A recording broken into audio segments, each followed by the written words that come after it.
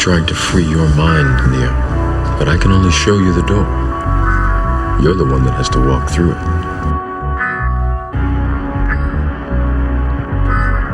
You have to let it all go, Nia. Fear, doubt, and disbelief.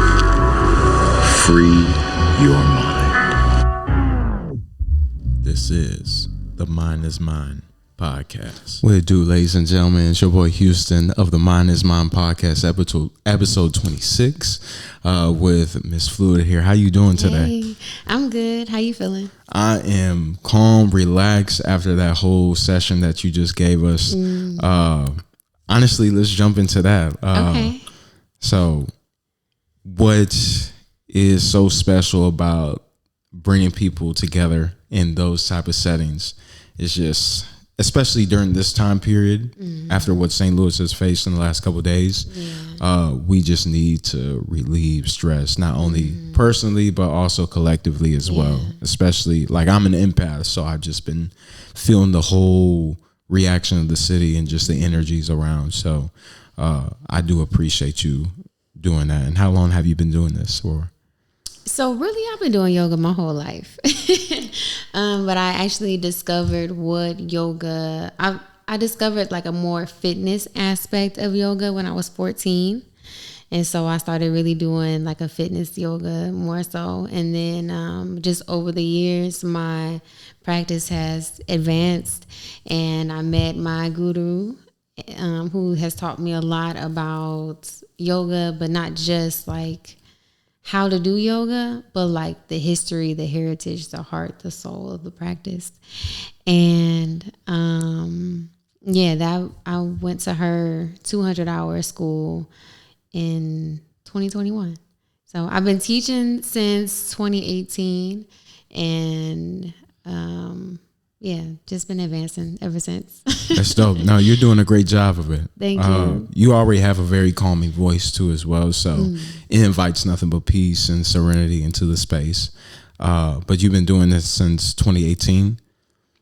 Like I said, I've been doing my whole life. Okay. So I like cartoons and anime and stuff, and so The Last Airbender was one of my favorites. So I was like a little girl in my room trying to levitate, like stillness, like and I was a hothead when I was little, so like breath control and all of that is really like, it's always been something that I needed and was right there by my side. So No, that's beautiful. That's beautiful. I can say the same for me. It's like I was more erratic in terms of just like creative, but couldn't sit down. So getting into yoga and meditation, mostly just being still, it's just changed my entire life. I do have a quick question. Okay. When it comes to yoga, pre-2020 and post-2020, have you noticed like a significant difference in people's stress levels and the ability to find stillness within themselves? Yes. Yeah, for sure. Specifically speaking to Black men, I feel like during that time, from 2020, it's like, it was like a really big trigger for us, everybody, to watch what happened to George Floyd and then go into lockdown. So then it's like you have this in the front of your mind, this image of this Black man.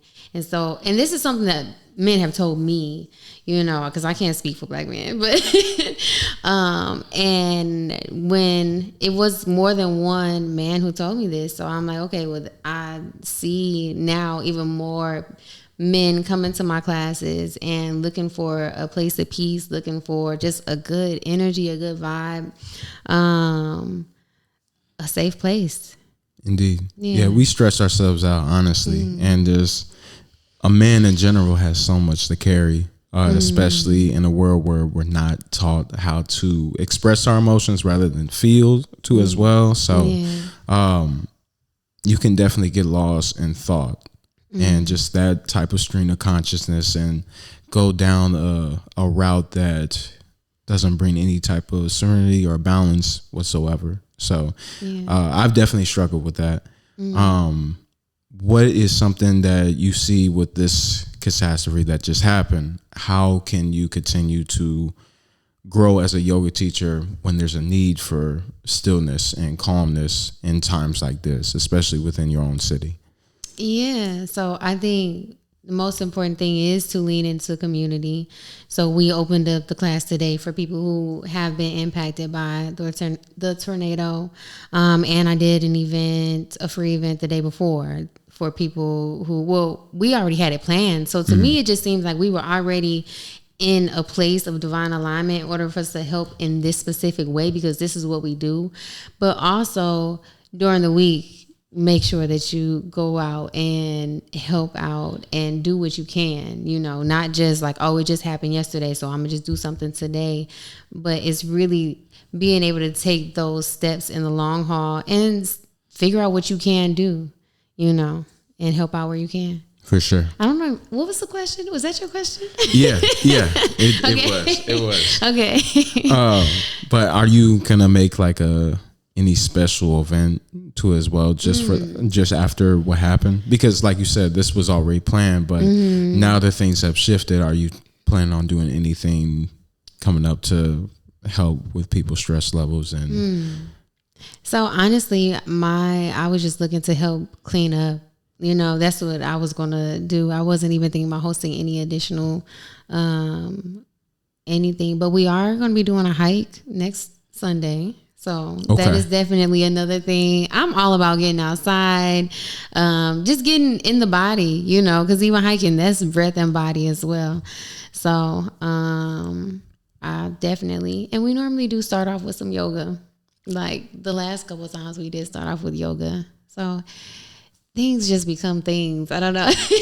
Indeed. It just kind of seems like I'm always where I need to be, but I want to make sure that I'm helping in more ways than one. Yes, this is my gift and I've opened the space for that, but I want to be able to help people get their needs met, like on a more like root level basis, Of course. Mm-hmm. Yeah. And I've been looking to, make the time to do that as well. Mm-hmm. So I wasn't able to do it yesterday, but after this, if I have the time, I would definitely do so. Were you affected by it at all?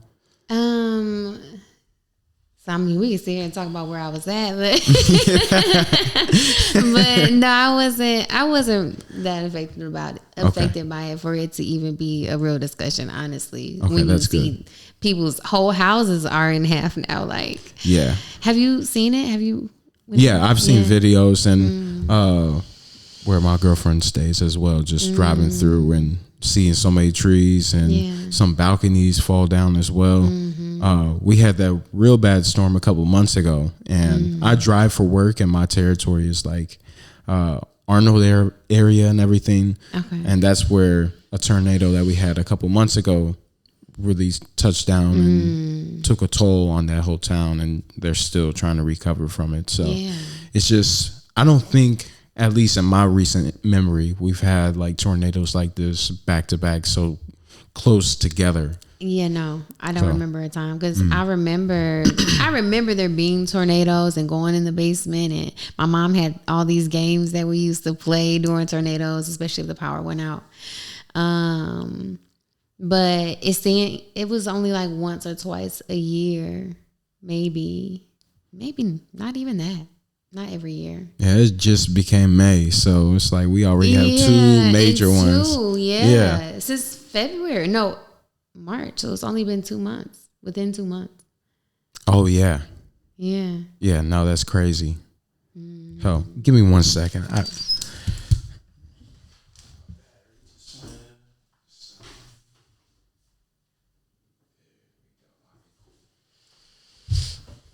Cool. But yeah, I drove through the neighborhood, and I just drove through looking for where I was supposed to go drop off donations, and I didn't really realize. You don't really realize how bad things are until you see and you feel it. Like, I had seen some things online, but to actually go and look and see whole trees uprooted out the ground, big, huge trees. These not no baby trees. Yeah. And like I said, whole houses, like roof's gone and like a whole room off the back just gone. Like now you in an open space, the whole structure. And it only happened for like 20, 25 minutes. It literally just came and went. And my whole thing is that there wasn't, we normally know when there's a tornado coming. Yeah. We normally they tell us like they suspect something. For sure. And it's usually a lot longer than what that just was. That was really short. And I didn't hear any sirens, but I wasn't that close to it. So yeah, I don't know. But the fact that it went from sunny and then this tornado all of a sudden and then right back to sunny. Normally we have more overcast and everything. Like we know it's a big storm coming. Yeah. You don't indeed. just pop out of nowhere. Yeah, no, I was in Arnold and it just started getting windy like crazy and just saw different tree branches flying around. And I'm like, then started raining for like 5 minutes and then gone. At least where I was. But sadly, that's not the case for everybody. So I prayed that it would have been something like that. It just got windy and then, but yeah, it's unfortunate. Yeah, it really but is. I pray for everybody that was impacted. I'm glad that you put that out into the space today as well. So, but back to you and back to yoga. I know that's not the only thing that you do. You're also an artist too as well. The first time we ever met is Sophie's Lounge, I believe. Yeah. And you were doing poetry. Yeah. To speak on poetry and yoga, is there a way that you found like to combine those into like one sitting? Yeah, definitely. So poetry was one of the first tools to helping me express myself. I didn't really know how to express myself when I was younger. And I picked up the pen at 14 and started performing by 16.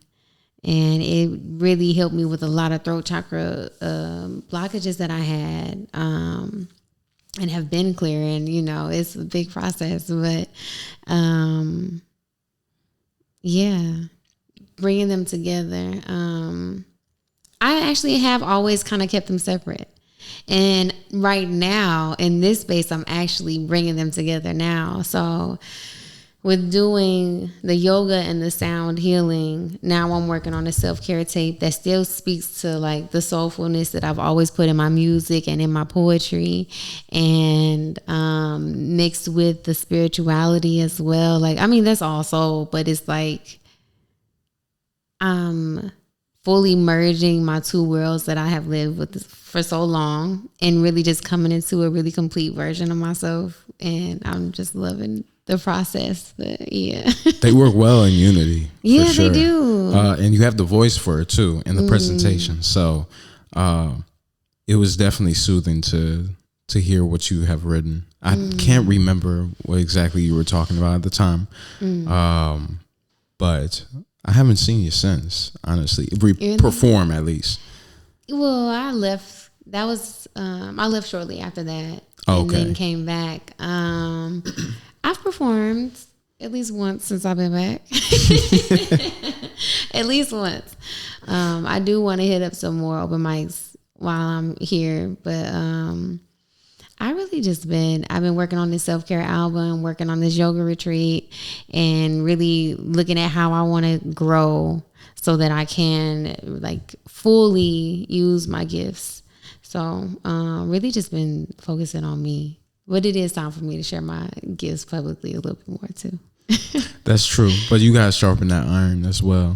So the pen has to continue to work itself, to mold itself too as well. But the more that you become aware with your life and everything around you, you have more stories to tell as well. So is there a favorite thing that you love to write about? Is it mostly you and your struggles, or things that you've seen around you, or just it's all of that, a random flow of consciousness? All of that. Okay. I feel like most of the time my music and everything comes to me, and I ask to be a channel. I ask to be a channel for knowledge, a channel for love. so that I can make sure that I'm pulling what I need to pull and releasing what I need to release, to help people, help myself. So yeah. I love that. Yeah. Is there any other virtues, not virtues, ventures, excuse me. Ventures, okay. Yeah, that you're wanting to go into within the arts? Well, I think right now, really focusing on bringing like a more holistic view of myself.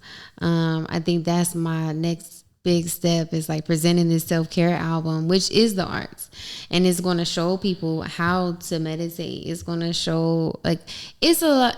I don't want to give away everything, but oh yeah but it is literally to something for people to be able to put on and really look at themselves in the mirror and address certain things.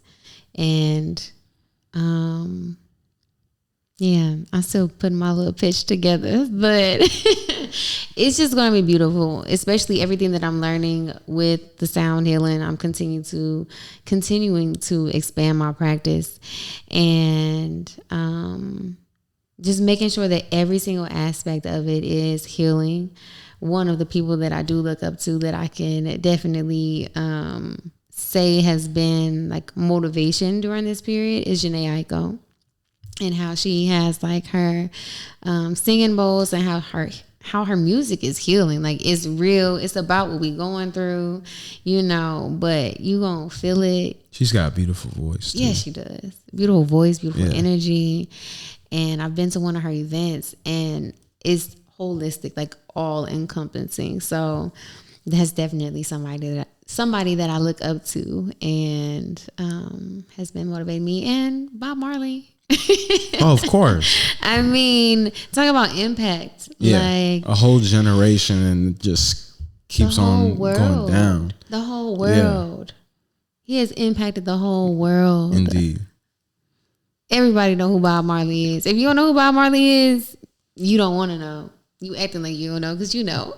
Yeah, and like his life was so filled with, like, at least towards the end, just mystery as well, of how like he got killed off as well. I'm willing to say that. So, but yeah, allegedly,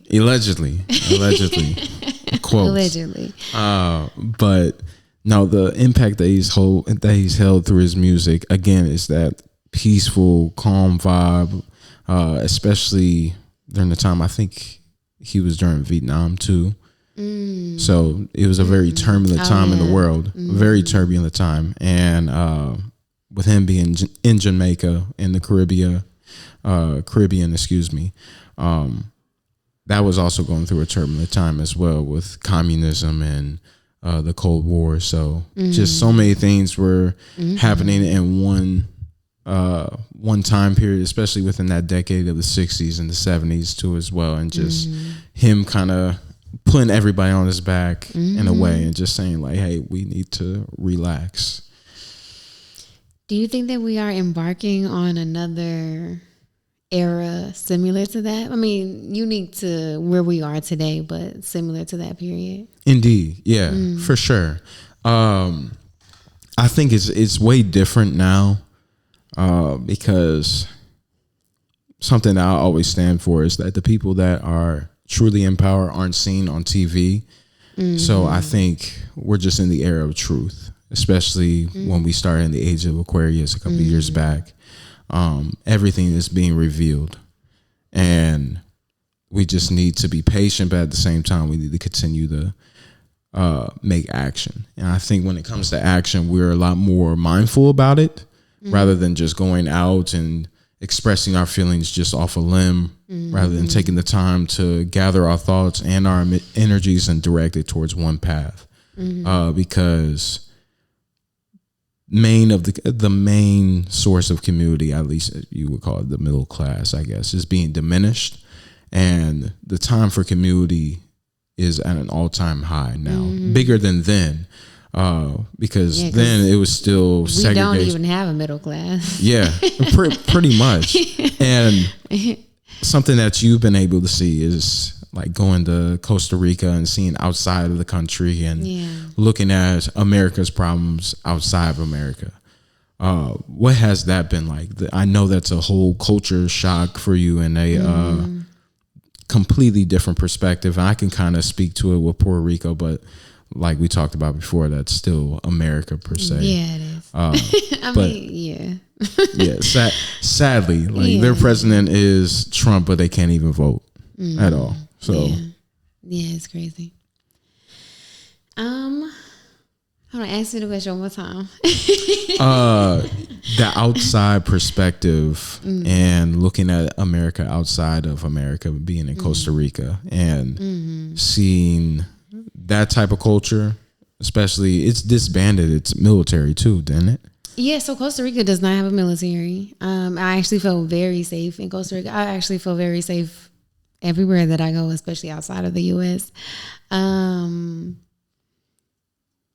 But I've been to over 13 different countries. So I've been a lot of places. And so to speak to, I've really been on a journey of really learning the history beyond what they're going to teach us in school. And to me, I feel like I have to go to those places to get that knowledge. Indeed. And so I do. And just learning how colonization actually went about. And you know, the so-called white Christian Catholic and all of that, that was one side. And then you also had a sect of Islam that was kind of doing the same.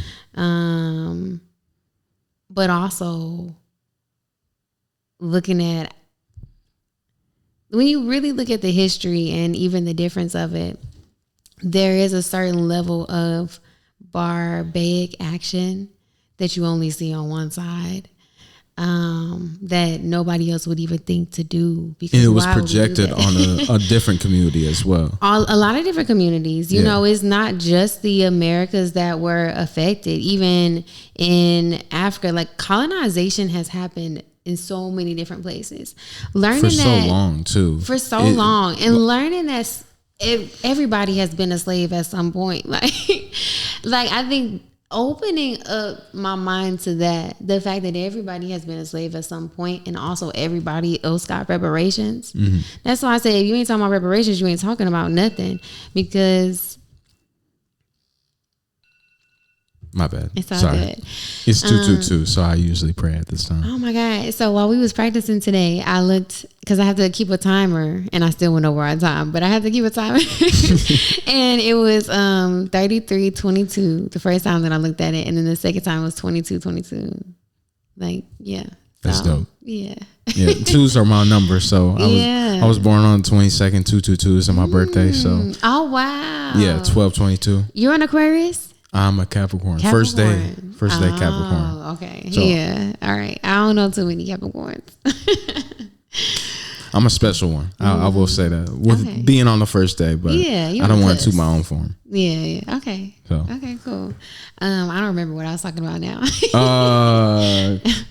History. Okay. The truth behind history. Yeah. And colonization and how long it's been going on for. Yeah. And even like being in Peru, learning like that the Incas were actually kind of doing the same colonization over the original people of Peru. Like I thought the Incas were the original Peruvians, you know, like that's what we were taught in school at least. Yeah. So and it's so much history. There's so much, and we cannot limit ourselves to thinking that that this is black and white. It has never been black and white. No. That was the signifying difference, I think, between everything else was really the barbaric treatment and the fact that it never ended. It just changed form, and they made it legal to have slaves. And so realizing that we still are in slavery. Malcolm X said we're not free till all of us are free.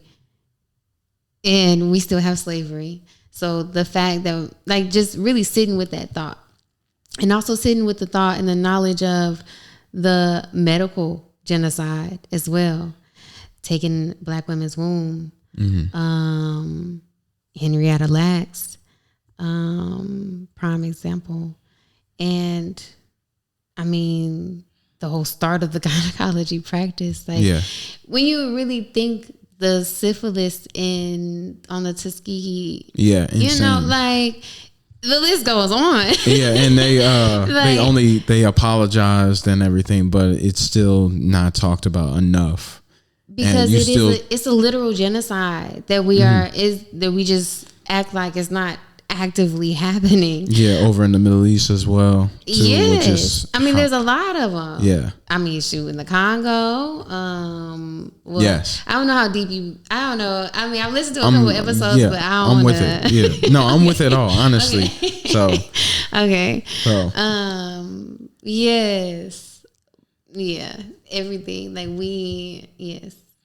That's another reason why I like to close out practice with Loka Samasta Sukhino Bhavantu. May all beings everywhere be happy and free.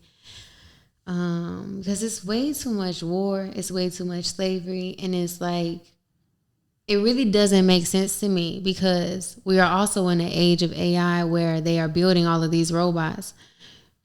So why, if medical warfare was not also a part of it, why would you have the Congolese people in here doing this with their hands when you have machines that could do this? You know? Indeed. So I think we just got to be real about everything that is going on in the world, within this country, within our city. And sometimes when we do look at everything in the world, it makes us forget what we're going through here. But our fight here makes a significant difference on what we can do in the future.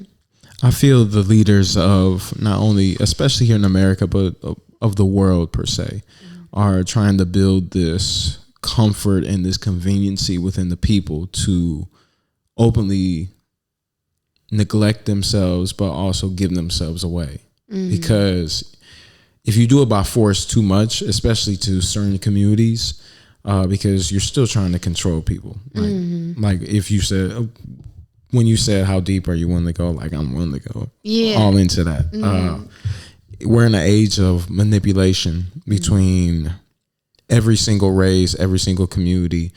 But you approach these different communities in different ways. You attack their traumas and try to make them complacent towards those traumas, which means they're complacent towards fear. If they're in the state of fear, then it's easy to control people. And if they're in the state of fear, then they're able to blindly walk into submission of government or corporations or the rich of the rich, and basically give away your own autonomy. That's basically what it is. And if you give away your autonomy, then you're a slave and you're an indentured servant in a way. And like you said, well, Malcolm X, we're not free till we're all free. And part of that is mental.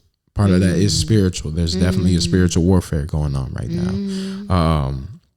And it doesn't matter what your upbringing is or what you believe in, who you are in the spirit that lies within you, that is connected to the formless, that's connected to everything. There is no separation that is being attacked, because you're sold on this idea that there is separation. It is black and white. That's why a bunch of history is black and white. It's just about winners and losers, and that's not how it is. And 9 times out of 10, the people that win per se are the ones writing the story.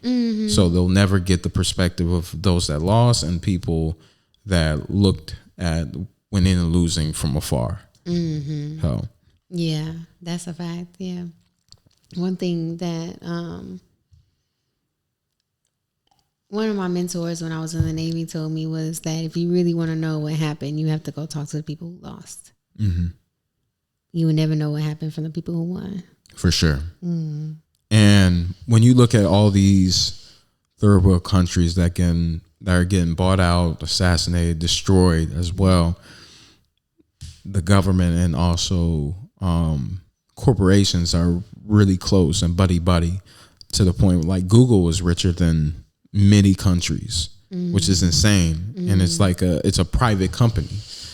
and they're buying out land, and China's buying out land. We're buying out land of land that was owned by people from that land that take care of that land and cherish that land and treat it as sacred, to the point where these corporations, these companies, these countries are coming in and doing what they want and pushing people out. And we see that on a global scale in terms of country by country, but we also see that through community by community. The one aftermath of this storm that I fear is that a certain group of people are going to come in and buy a lot of this damaged property or properties and lands that have been damaged, or nobody has been forced out, and continue to gentrify in a way.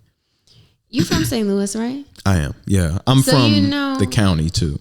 So like about the Black Power Blueprint and Akwaaba Hall? A little bit. Okay. So one thing that I love about them is that they actually were buying properties and making sure that the people who live there can buy, like doing kind of like a rent to own type thing. But they literally will buy it, fix it up, and get somebody in there, because it's a space that was just filled with dilapidated homes. So the community came together and they have built those homes up. So yeah. Could you send me more info about that? Yeah, I can. Thank you. That was actually when I first ever taught my first yoga class. It was at Akwaaba Hall. So yeah. Where's that at? O'Fallon Park. Okay. Yeah. Okay, I know exactly where that is. Yeah, they put up they bought the lot across the street too, and put up a big Pan-African flag and put a stage up, and they have a garden. That's fire. Yeah, I like that. Yeah, I'll have to go and visit sometime. Yeah, so I'm sure they're doing something. There's so many people coming together and doing something in the city right now. I'm actually really proud, because I've been in and out, so I can't really. I support my community. No, for sure. When I can. For sure. And yeah, we're all busy, so it's like it's still hard for us to take a break on our own personal life when we're busy ourselves too. That has been my problem too. It's like I feel bad I wasn't able to go out. Like my girlfriend, I've been helping her. Like she's been staying here for a little bit because they don't have power. So yeah, and just making sure that I'm taking care of her and her family. Like we went to the Sea Museum yesterday, so kind of give it a break from the stress. Yeah, and that's what I've been feeling too with my yoga classes. That's why I wanted to invite people out, because this is something that's there. You got to deal with that. But we also need to regulate and take time for ourselves no matter what is going on. That's why I believe, even as somebody who is going to volunteer, do what you can. But we also want to make sure that we are taking care of ourselves. People might call me a little selfish, but I just feel like everybody should take care of themselves. And that way you can be of better service. You can give with more love and give with more intention, and there's always something that you can do. Even if you can't donate your time, you can donate something else, And you're a person. Sorry. Go ahead. You're a person of influence too. So it's like a lot of people know you. A lot of people know the energy that you bring to the table. So if your energies are in accordance with each other, then not only can you go out there and clean up, but you can think of a whole different event to impact people on a wider scale. So I definitely feel that you're capable of that, and a bunch of other people too as well. So. Yeah, and we have the African Arts Festival coming up this next weekend too. So it's the next one of these weekends. So there are things. So I think doing it, I'm more micro scale social work anyway. That's my first bachelor's with social work. And so like you being able to help your girlfriend and her family, like that's all of us pitching in. That's community. We don't have to take everybody in, but you do what you can. You take in the people that that need it. And I just think it's beautiful to see how much we are coming together for this. Indeed. Yeah. And we're kind of going through a renaissance in terms of building our community and a spiritual renaissance along with a creative renaissance here in St. Louis. It's like us as a community all around the city and in the county as well. We're kind of realizing the talent and the capabilities that we have as individuals and within the city as well. And how we can give St. Louis the love, the attention on so many different scales that it deserves. because I feel like we've been put on the back burner for many things. But also like your concern of people coming in and buying these homes, like St. Louis is on the map. Yeah. Like can't nobody deny that. For sure. And it's honestly still one of the best places to, we are blessed, but it's one of the best places to with like best cost of living. Oh yeah. You know. Oh yeah. Especially with the last couple of years and how inflation and COVID and all of that. Yeah, because I thought I was moving to first. I be moving all the time, but first I thought I was moving to Hawaii. Then I'm like, nah, I'm moving to Cali. Then I'm like, oh hell no, I ain't moving to Cali. Oh yeah, no, that's crazy. Then I looked at Vegas and I'm like, no, I guess I'm about to head on out. Living in Vegas is like a weird place. It's such a weird place. It is, but like, okay, so I also love Arizona. I love the desert. I think it's beautiful, but I don't belong in the desert long term. I could visit the desert, but I belong in the jungle. Where the jungle meets the ocean, that's my home. Mm-hmm. Yes. But I like to visit these other places, and especially like seeing the stars in the desert. Yes. You will never see stars like desert stars. Like, yeah. When I stayed in Puerto Rico, I saw more stars on a regular than ever here because we have so much light pollution, and I feel like not being able to look at the stars too is not being able to expand your mind and your dreams and just know like you're looking at something that is infinite. It keeps going, and there's so much to learn, and we don't know much about it. So how can I bring that mystery into myself, knowing that we're one and the same? And there's so much to myself, and I have to rediscover and continue to dig deeper in. So and when you meditate on certain things, like the moon, the sun, different stars, that unlocks different knowledge too. So definitely need to be somewhere where you can connect to that energy, especially if you're more called to, star energy. Indeed. Have you ever been to Cahokia Mounds? Oh my God, I want to say yes because everybody keep asking me, and I grew up here, and I still have never been. I stay less than 20 minutes away. I'm gonna go. But when I was about to go, my dog hurt his leg, and I was gonna take him. I feel bad going without him, but maybe I just need to go by myself. Yeah, a new moon or a full moon ritual there. Like you'll see a bunch of stars, especially if there's no overcast. And we tend to forget that this was the biggest city for Native Americans before colonization came through.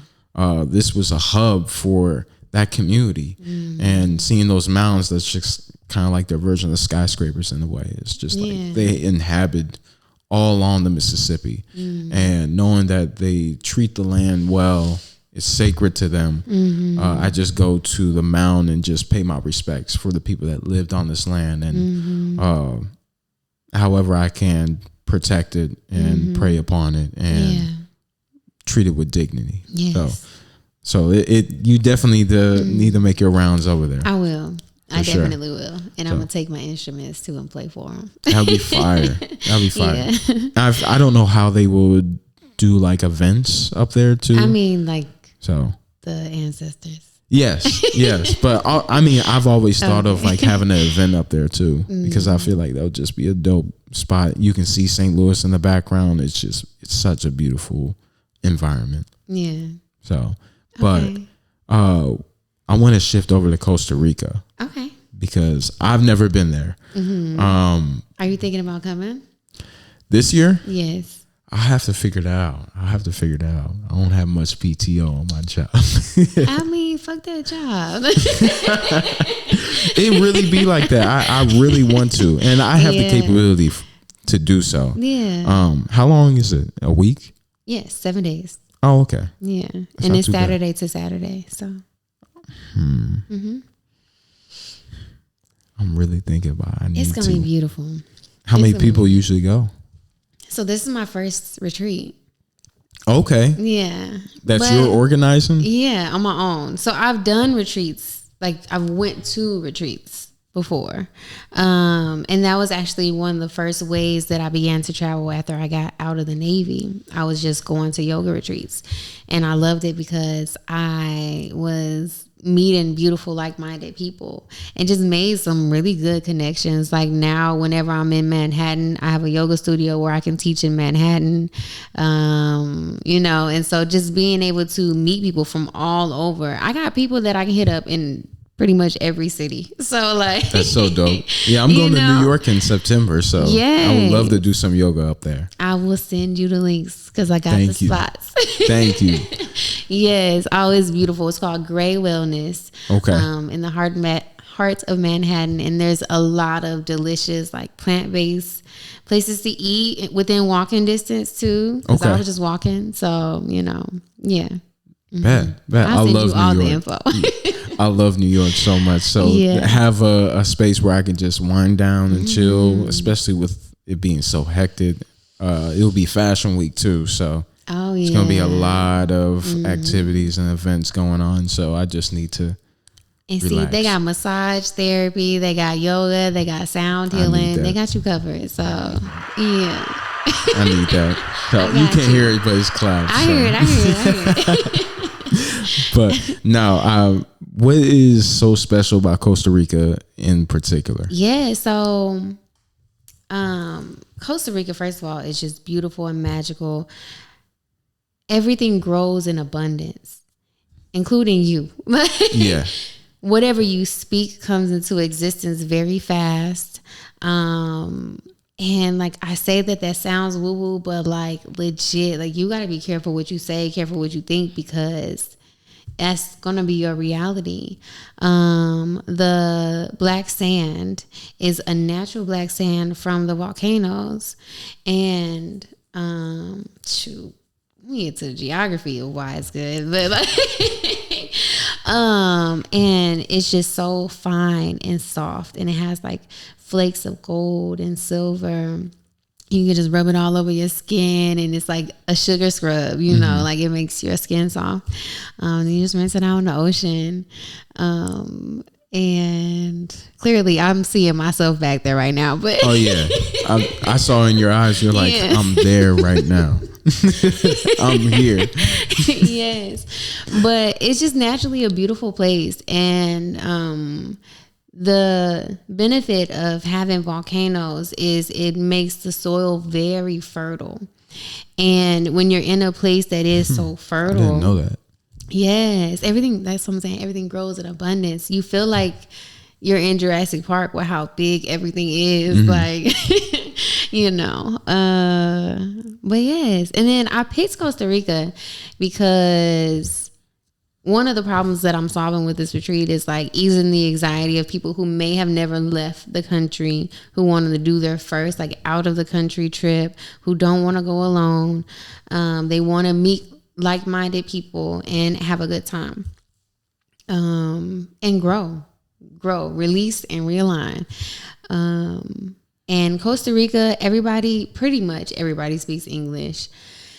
There are some people who don't speak English. They speak mostly Spanish. But it's a big Jamaican. Bilingual? It's a big bilingual type of area? Yes. It's so many different types of people, first of all. And that's one of the things that I love about it. And melanated, heavily melanated. So I'm really big on going to places that are heavy on the melanin. And so I knew my first retreat was going to be somewhere where, it's people with some color. And I fell in love when I went. Like, it's just a really beautiful place. And I keep saying it's magical because it really is magical. Like, I would be like, oh, I want some coconuts today. And then I go to the beach and then there's somebody handing out coconuts. Like literally with the stick, getting the coconuts down. And it's like, you can seeing how easy you can manifest things when you are in a space of ease. Because it also is like a weight is lifted when you're there. The Caribbean culture, the laughter, the music, because reggae music already won't have you just feeling good, The motive behind that is peace itself. Yeah. So I just loved everything about it. It's a nice, good mix of like earthy and fancy. Because my people around me are very well rounded. I got people that will sleep in tents with me, and people that's like, no, it needs to at least be a glamping situation. I sleep outside. I like to sleep outside. Oh, I would love to. You know, It's especially too loud here. with the sky above me and the stars, like Peru, I slept outside. Even though it was cold as hell. We had a fire though, so it's okay. But yeah, that's why I picked Costa Rica. And I do plan on doing other retreats in other places too. I want to do Peru. Peru is absolutely beautiful and amazing. The air and fresh caught trucha. They have lake fish that are like up the mountains. Like, how the fish even get here? Like, and that is the best, most fresh fish ever. Because I eat mostly plant-based. Especially if I'm in the States, I'm plant-based all day. But like when I'm out the country, if I could get some fresh fish, I'm eating that. Oh yeah, for sure. Anything fresh and anything farm grown too. That's why I try to look for here, but sometimes it's just so difficult. It's here. hard, I mean, back to like corporations, they're buying up land here and just farmland. Yeah. So many farmland and taking away business from small businesses and families and individuals is just, you don't get that down there. Yeah. Like being in Puerto Rico, I know it's not the same as Costa Rica, but just that natural environment.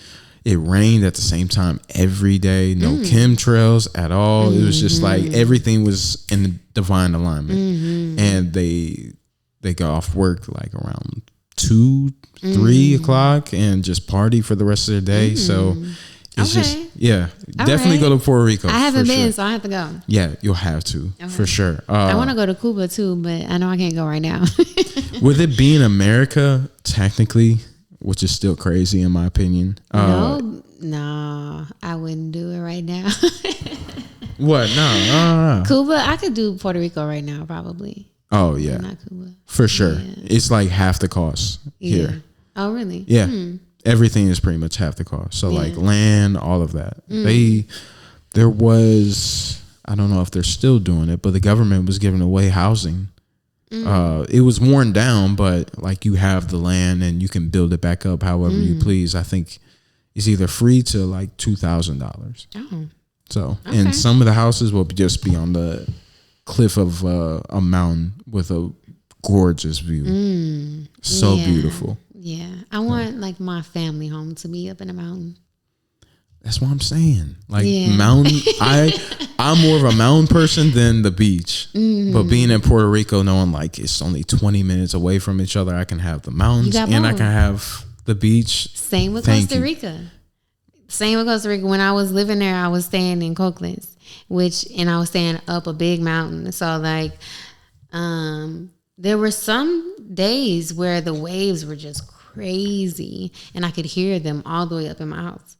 So that's gotta be so relaxing. Yeah. But I mean, when you in the jungle, you had a bunch of noise. You got all of the things that you can think of. Monkeys, birds, insects, everything loud. But it's still peaceful. It's still like a good frequency of loud, you know. Silence is loud. So that's true. For some people, it's terribly loud. Yeah, so it's uncomfortable. But I love my silence. I need it, and I treat the wildlife as part of that silence. Yeah, it's natural rather than a helicopter flying over my crib every night. I'd rather not listen to that.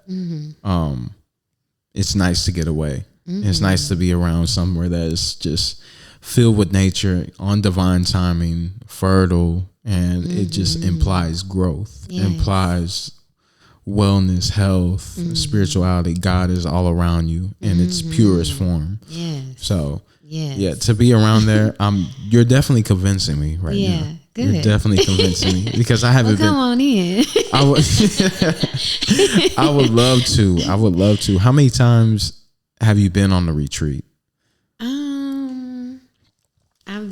I went to a retreat in Peru in what, 2018, 2019, 2019. And then Paris. Yeah, I went to see Beyonce. That was a fun retreat. Okay. It was a pop-up retreat to see Beyonce. For sure. I manifested that too. I literally was like, man, I want to see Beyonce, but I want to see some Beyonce somewhere fancy like Paris. And then the next day it's on Instagram. I said, oh, okay. Is Paris nice? Yeah, we stayed in a mansion. So, I mean, no, we stayed in a palace. I was like, I'm downplaying that. It was a palace. Palace. Wow. Yeah, it was. It was in Versailles.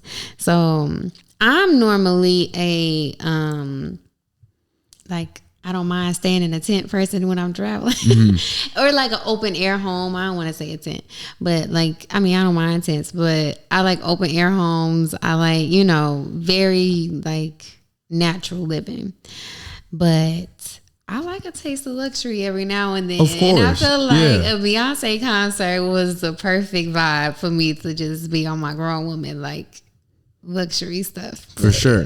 And there's really nice architecture up there. They use nice brick, marble, all of that. So yes, and I love that. If it's not the cheap, what is it called?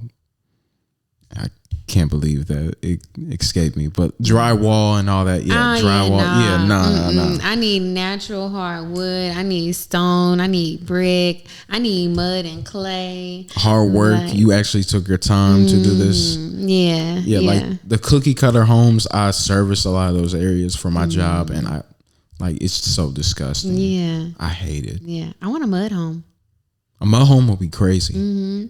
The land in Costa Rica, like where I was staying, I had a nice garden and everything, and I be playing in the dirt, and it was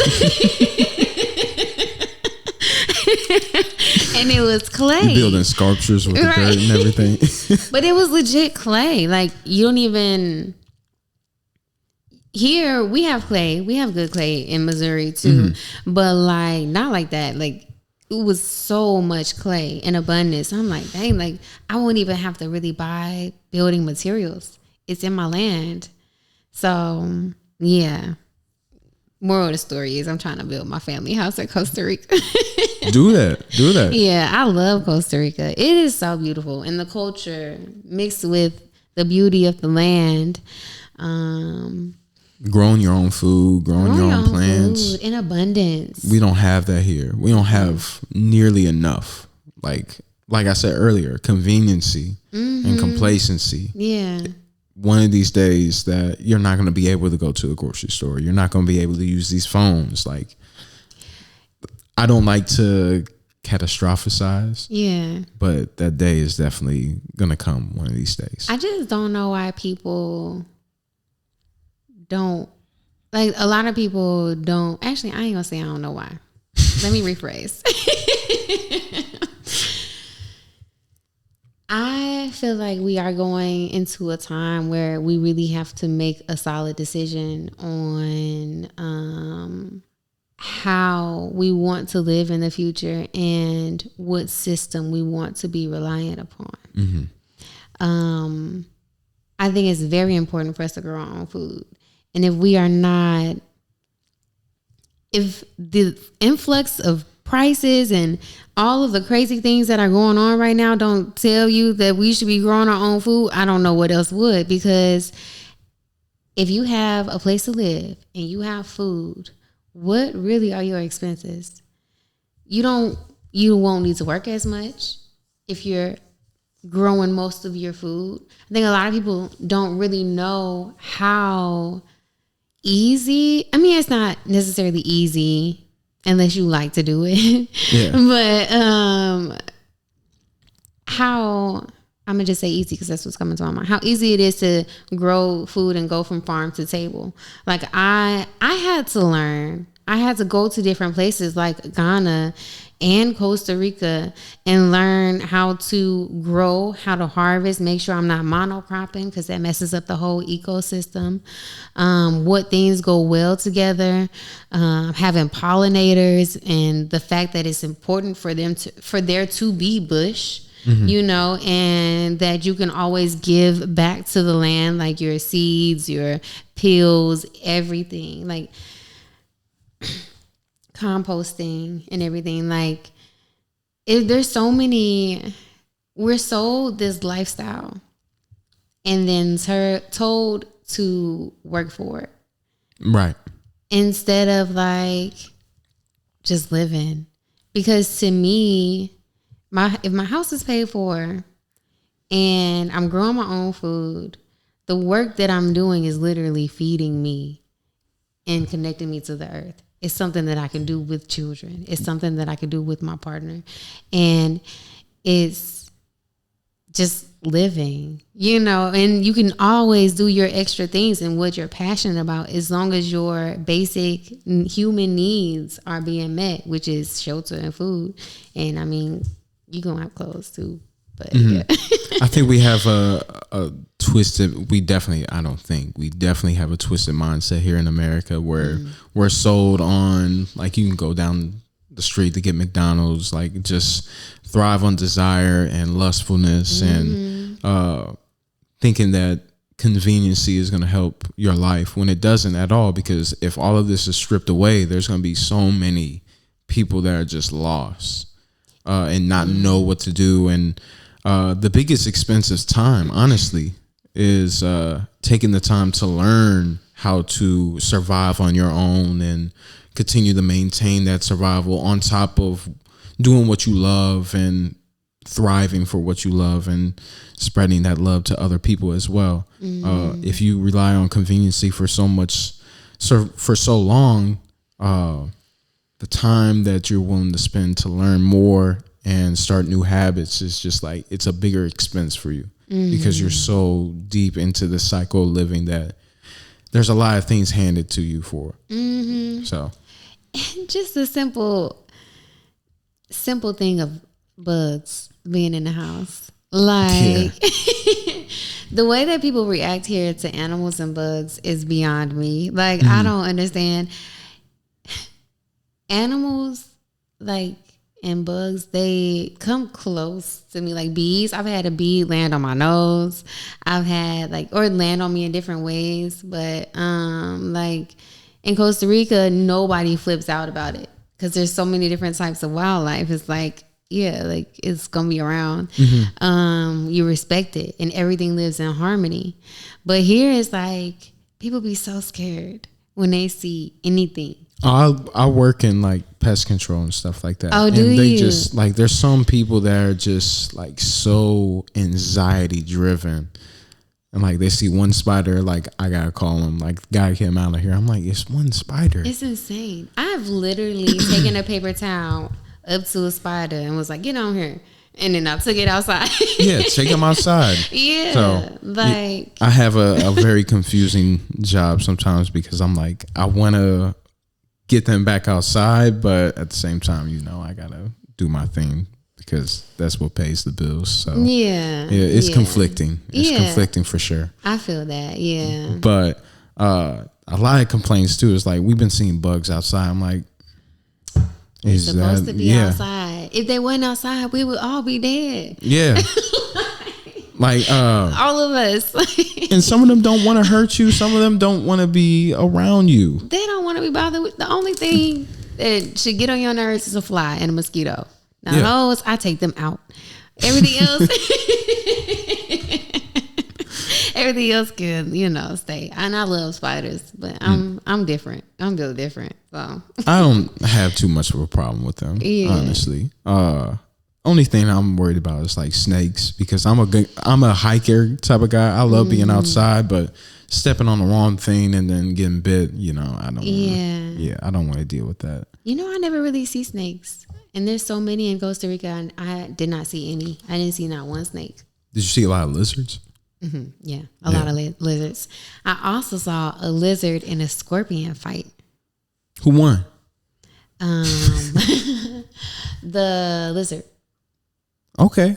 Because he caught him with his pants down. So the scorpion was shedding his skin. And I was so freaked out. I didn't know what was going on. I had to do some research after the whole event because it was in my shower. I wanted to take a shower. Oh, you were posting about it too. I did weren't post you? it. Yeah. I did post it because I was freaking out. I was like, I don't know what this is. And then I realized that it was a scorpion. But yeah, he caught him when he was shedding his skin. And apparently they're easier to eat right after they shed their skin because it's soft. The new skin is soft. Okay. And since he was still shedding it, he wasn't really in a position to fight. And he was trying. He was sitting his little what's the little tail? Yeah. Trying to get the lizard. But nah, he ain't make it. The lizard won. Okay. I didn't expect the lizard to win. Yeah, I didn't know what was going to happen. Because I sure thought the scorpion with his tail was going to poison it. So that's why I don't sports bet. That reason right there. Yeah. But what do people love to do for fun down there? Because when I was in Puerto Rico, it's just like you go to the locales and just dance. House dance is house music. Excuse me, is really popular in Puerto Rico. Like as soon as you play that, like everybody is dancing. I feel like house is popular everywhere right now. Yeah.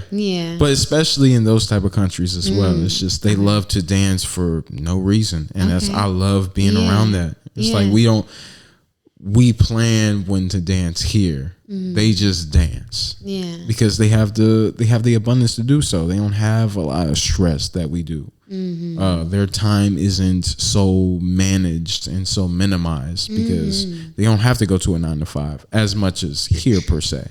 And are they still in more of a traditional household?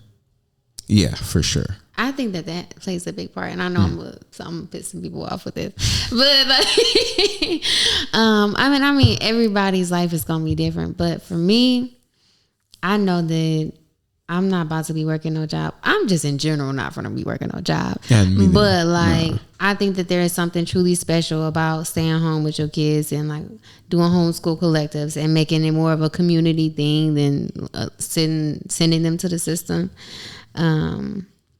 Yeah. And that's one of the things that I love about Costa Rica too, is that I came and I fell right into community. Immediately I met like everybody's mama. Her name is Umi, and she looked like my mama. She looked like she could be my mama for real. That's crazy. And she's been a teacher.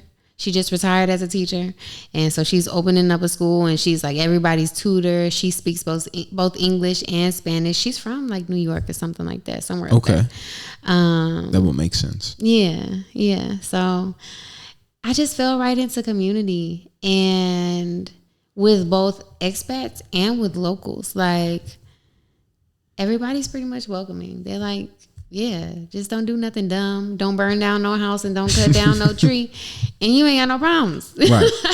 You know, like, that's so dope. Yeah. Is ayahuasca big down there? They actually do grow ayahuasca. They do, and I did ayahuasca in Peru. But how was that? I've been wanting to do that for so long. Honestly, I ain't care nothing about no ayahuasca, but it called me. And so I was like, all right, I'll listen. And it was definitely a great experience. I still don't really know if I know what I was supposed to be knowing from that though. Were you but guided? It definitely, yeah. So it was a group of us. Okay. And one thing that was really beautiful was the community that was built during that. So like me and my friend Taylor, me and her been friends since like 2017, and her man, they were there. And then I met like some other really cool people. And I will say that it healed a lot with my relationship with white people. Because I met some really cool white people. So, and I mean, you had 2 weeks with some people, you gonna get to know them a lot. Yeah. And they were actually really great. So like, I think it really helped me pass that.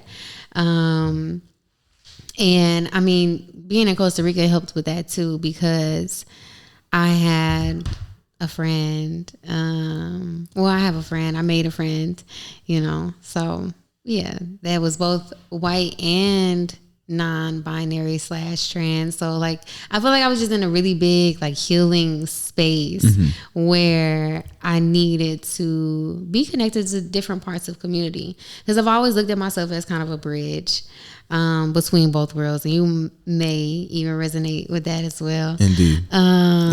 Yeah. So I love diversity. Honestly, I love my people. I love my Black people for sure. But I think that it's important for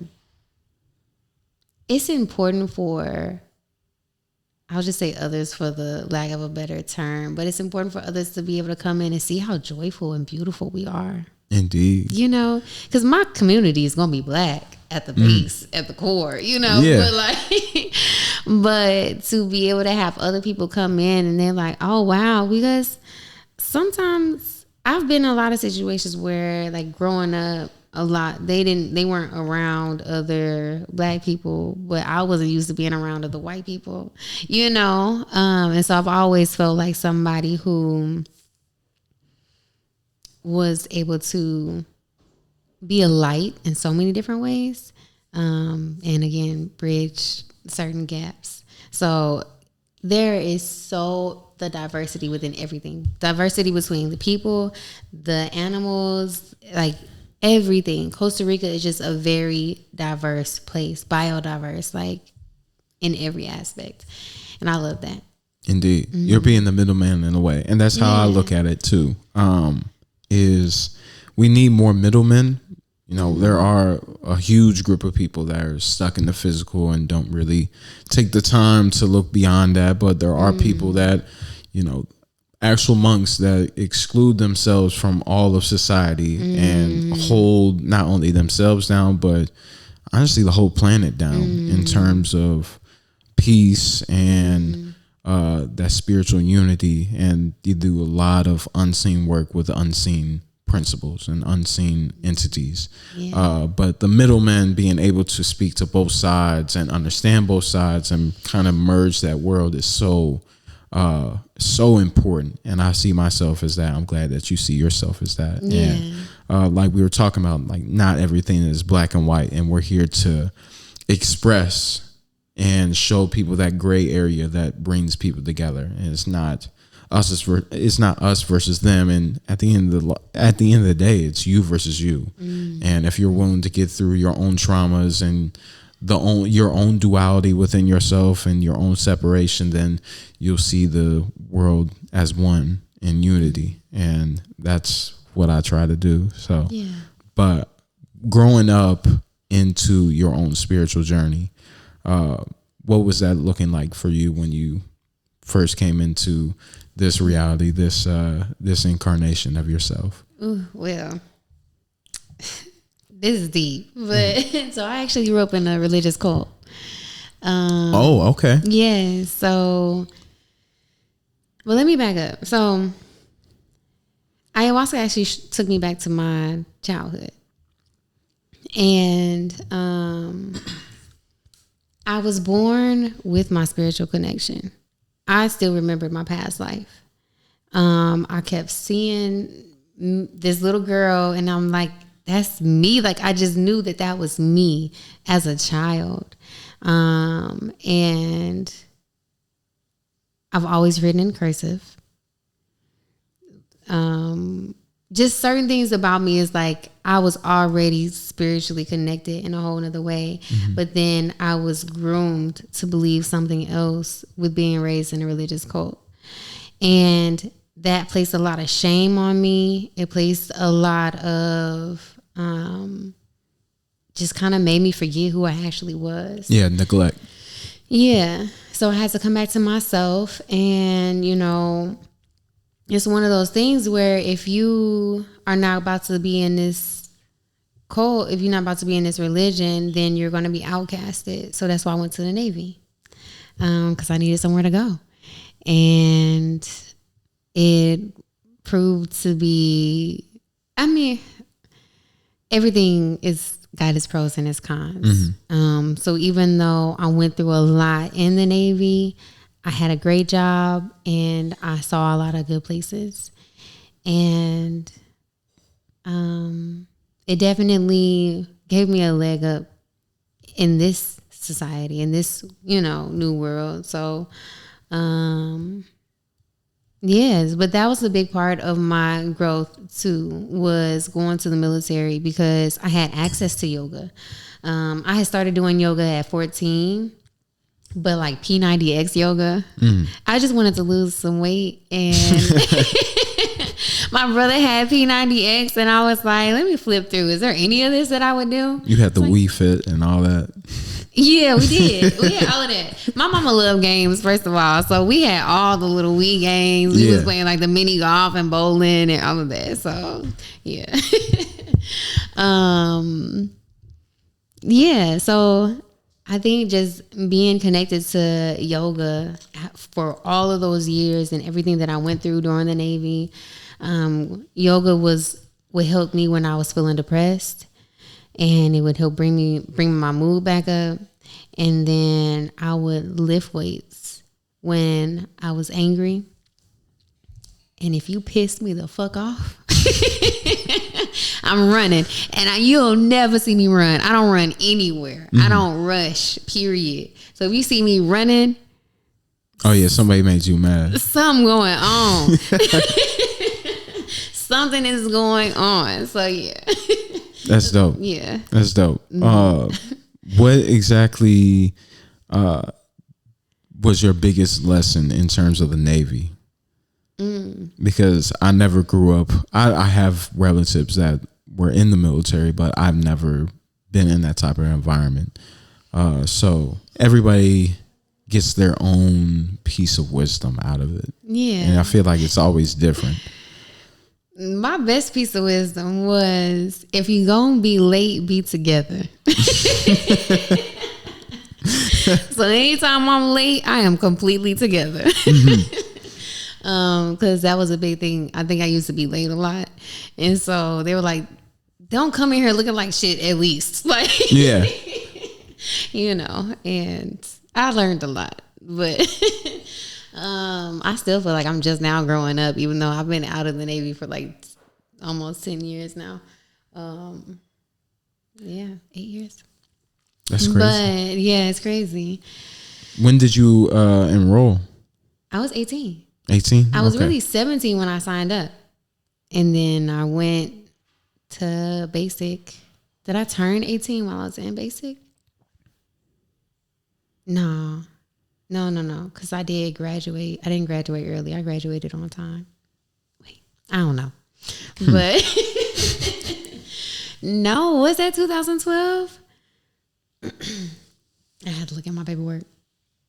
Okay. Man, that seems so long ago. Yeah. Yeah, I can't even imagine myself in the military at all. At least back in that age. I know I served under Obama. Okay. Yeah. So. Yeah. No, I just want to see like a parallel reality with when I was like, if I was in there, and like seeing how I would be able to carry myself will be interesting. So. Oh my God, it was so interesting because I do what I want to do. I was born that way. I've always done what I want to do. And my mom was like, she ain't gonna be able to do what she want to do. Oh yeah, you're on their time all the time. I did what I wanted to do. Okay. You still found a way? I learned the game. That's the biggest thing. That might be actually the biggest thing. Learn the game. Can you describe that a little more? I don't want to give away too much. Okay. They don't know everything, but I mean, all of it is a game. Mm-hmm. Even when you look at this society from a perspective from somebody who's never been to the military, or even the leg up that being to the military gave me, the credit, how to leverage credit to get things, that's all a game. How to get approved for grants, get approved for all this money, how to get tax breaks, like all of this. Oh, it's 100%. All a game. Yeah. So all I had to do was learn the game. Like I said, they told me if you gonna be late, be together. All right, I could do that. And I'm gonna bring y'all food sometimes. Yeah. And also I was special ops, so I had a really good job. So somebody else who didn't have like such a flexible job, may have not had that same experience. But like, I just learned what I could and couldn't do, what is going to be serious if I do it. Yeah. And what's minimum? Weigh your options. I'm a weigh my options type of person. Okay. Yeah. That makes sense. Mm-hmm. Yeah, to see that whole lifestyle too. I feel like just the biggest thing that people learn is discipline. Mm-hmm. At least if they can hang with that, of course. Yeah. And I don't know how different, like how to exploit that discipline is within the Navy compared to like the Army and the Marines and everything like that. So, but I'm glad that you brought up that as a game, because this whole system survives on the game and for you to play it. And if everybody were to back away from the game, then it would cease to exist. But I forgot where I was going with it would this. change forms. What was that? It would change forms. Yes. I think they've put a lot of good contingencies in place. For sure. Yeah. But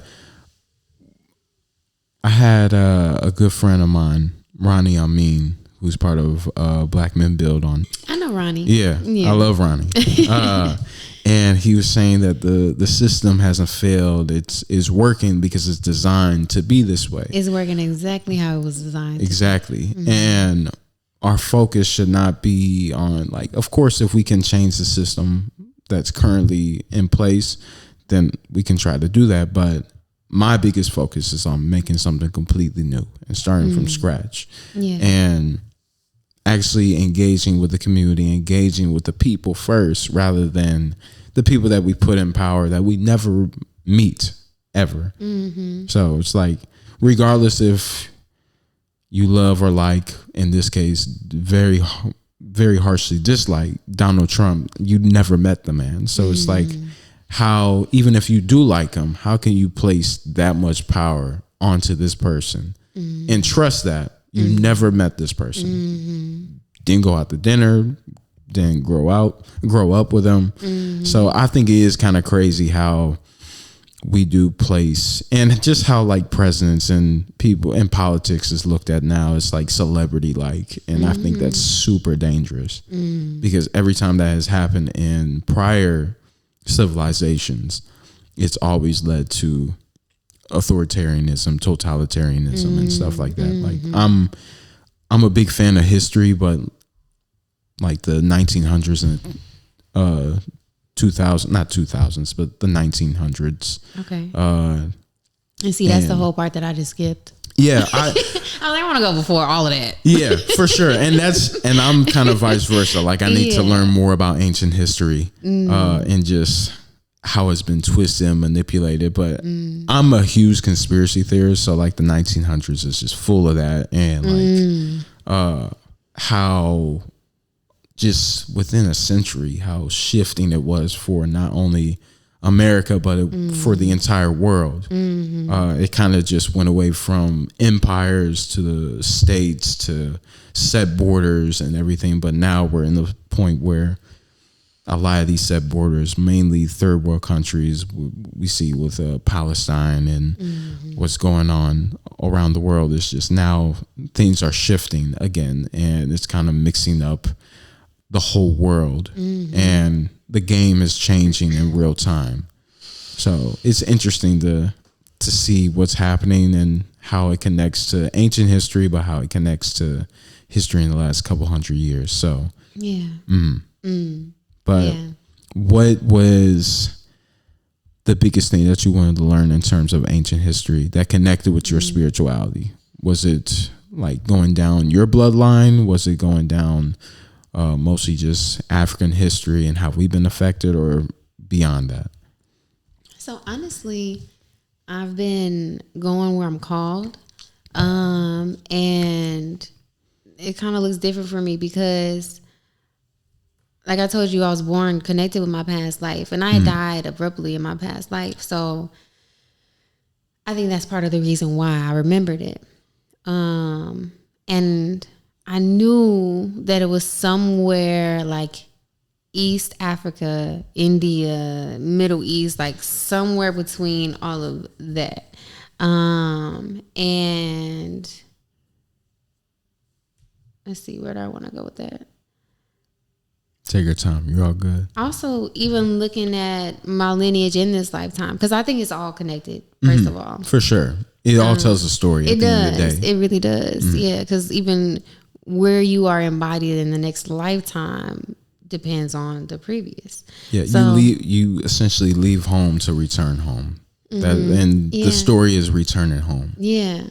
Yeah. So my mother's side is East African and Qatar is Middle East. So East African and Middle Eastern. And my father's side is Scottish Irish. So I am starting to look into that more. And my mom actually just gave me some pictures from like my dad's side of the family, like old pictures. And so I'm going to go through and be able to do a real family tree with him with pictures, which I'm really excited about. That's dope. My mom, though, we realized after my grandpa passed that we really don't know much about our heritage and our lineage. And my mom's grandmother was Native American. She was indigenous. So I'm really looking at a whole world view of a lot of things and really just studying the melanated path. So when I was traveling throughout the US, I was going to all of like the Native American museums. And now like in my travels, in my studies, because I haven't traveled to East Africa yet. But in my studies, I've been looking at books like about Ethiopians and Cushites and my harp. You played very well. Yeah, you played very well today. Thank you. I didn't really know why I was getting called to go to Peru to take ayahuasca, but I really feel like the harp was actually the major factor. I feel like it was really meant for me. Like, if nothing else, I was really meant to go get that harp. And being back here with it, my friend Aunt C. Have you met Aunt C? I think maybe. She was at one. I think she was at the other yoga session that you were at. Okay. But she sent me pictures because she studies ancient Kemetic history and all of that.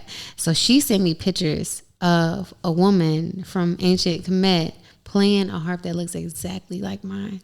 And she looked like me. She had her titties out and everything. I was like, oh snap, this is me in another lifetime. I didn't return to my instrument. That's so dope. Did she learn Hermeticism and stuff like that? I can't tell you exactly what she's doing. I think she's also studying like Hudun and stuff like that. So yeah. Okay, that's dope. I love that you are getting around the world and learning different cultures and just like bring them all together. That is what I want Minus Mind to be like. Yeah, it's a podcast, but that's not the totality. What it is, it's just bringing people together through merging consciousness along with creativity and like using it in the art therapy type of way. But having different religions, different spiritual backgrounds, and different ways of expressing yourself come together in one room and finding a compromise between all of those different things and the diversity of all that and what it brings. So just leaving separation at the door and just coming as one and just collect as one, create as one. Yeah. So yeah, because really what I've learned is that everywhere has their own special twist, but everything is almost the same. Indeed. The main things are the same, you know. Back to yoga real quick. I did have a question. Was there any, because one of the biggest misconceptions is that yoga is just physical, when the most important part is geometry and sacred geometry and connecting with the spiritual as well. How do you go about teaching people away from that misconception and the truth behind yoga? One thing that I learned about yoga is yoga has so many forms, and there are so many things that don't get called yoga that could be considered yoga or mindfulness. And my main thing is like slowing people down, because there are a lot of things that keep us physically active. And yoga is still a challenge. Like, it's still not like something that it's still a challenge. Even like the yin yoga, there's still people who need different modifications than others. And I think my main thing is slowing people down, is connecting to that sound. I'm very intentional about all of the music that's played throughout the class, and my sound bath at the end.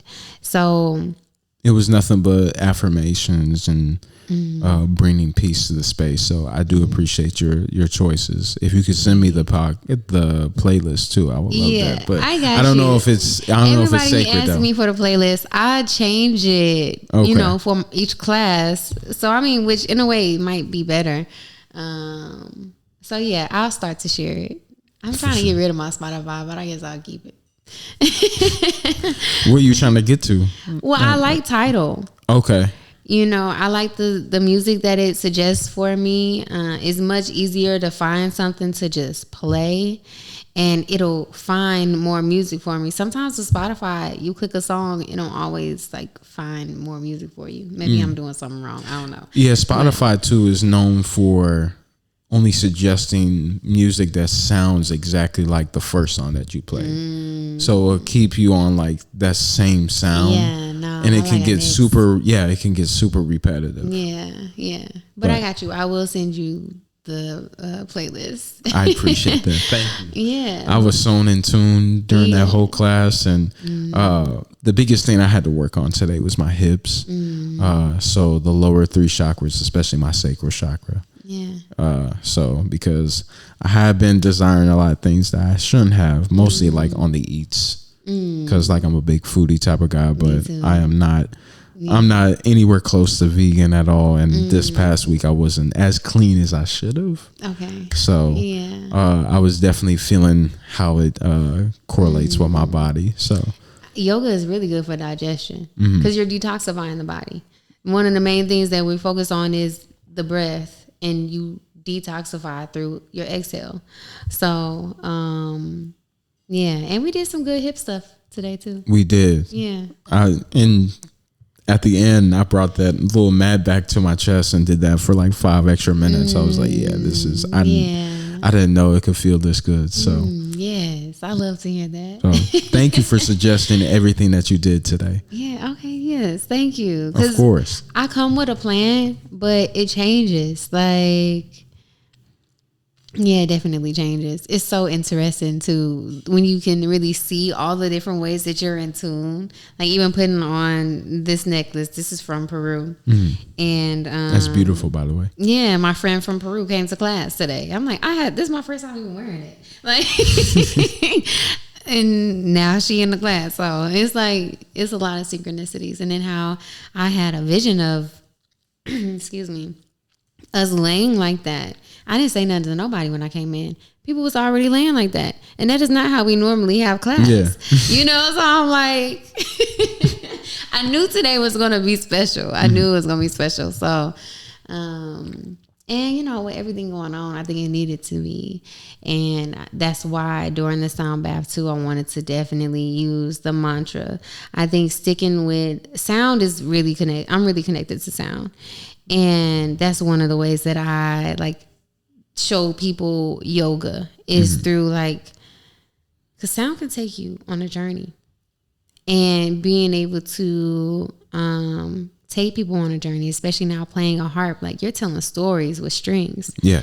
So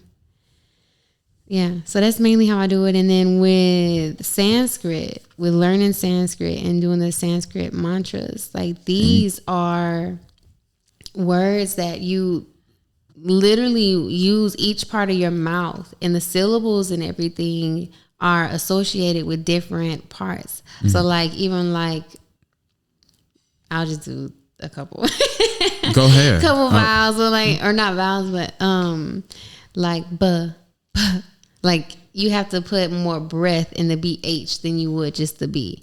And like using your lips, your teeth, your tongue to the roof, your tongue to the back, like it's very specific. And it's specific because this is ancient knowledge that has been passed down for years that they knew could heal. Even the Om, that's an original sound. These are original languages, our colonized languages that we use now.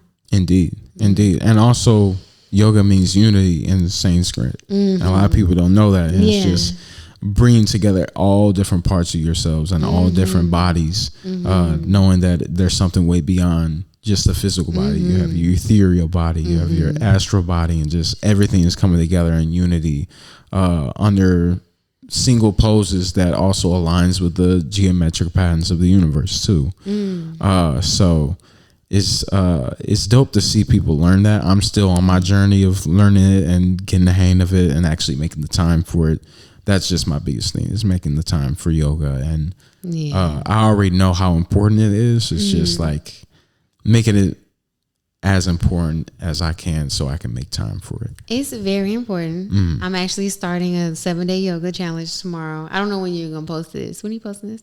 Hopefully by Friday. By Friday. Okay. Hopefully. Well, then we'll be a few days in, 5 days into our yoga practice. So, but you can jump in whenever you can, whenever you want to. But starting tomorrow, we will be doing 7 days of yoga straight. And my struggle is that I want to keep you there for at least 40 minutes. At the space? Hour and a half. Anytime I teach yoga. But with YouTube and like, I'm realizing with people's schedules, because you're saying like, you got to make time for it. So I'm really striving to keep these under 20 minutes. Even at the class, we ended at like 1:00 and we started at 7? We were a little late. We started like 11:50 and we ended at 1. So, okay, about hour and 10. Hour 10, hour 15. Yeah, something like that. I still had a great time. Every single minute felt intentional. Yeah, and people never complain when I go over, so I just no, I wanted you to keep going. Honestly, right. Nobody ever seems like they're ready for me to stop. So if I'm called to keep going, I'm gonna keep going. Yeah, but I'm glad to be in the presence of that too. So it just gives me a lot more aspiration to bring that into my lifestyle, and just how stiff my hips can be just sitting in the car all day and just getting moving, and knowing that not only is it just muscles contract and joints contract and everything, but also it's like built up energy that is correlated with that certain energy center as well. So we need to move.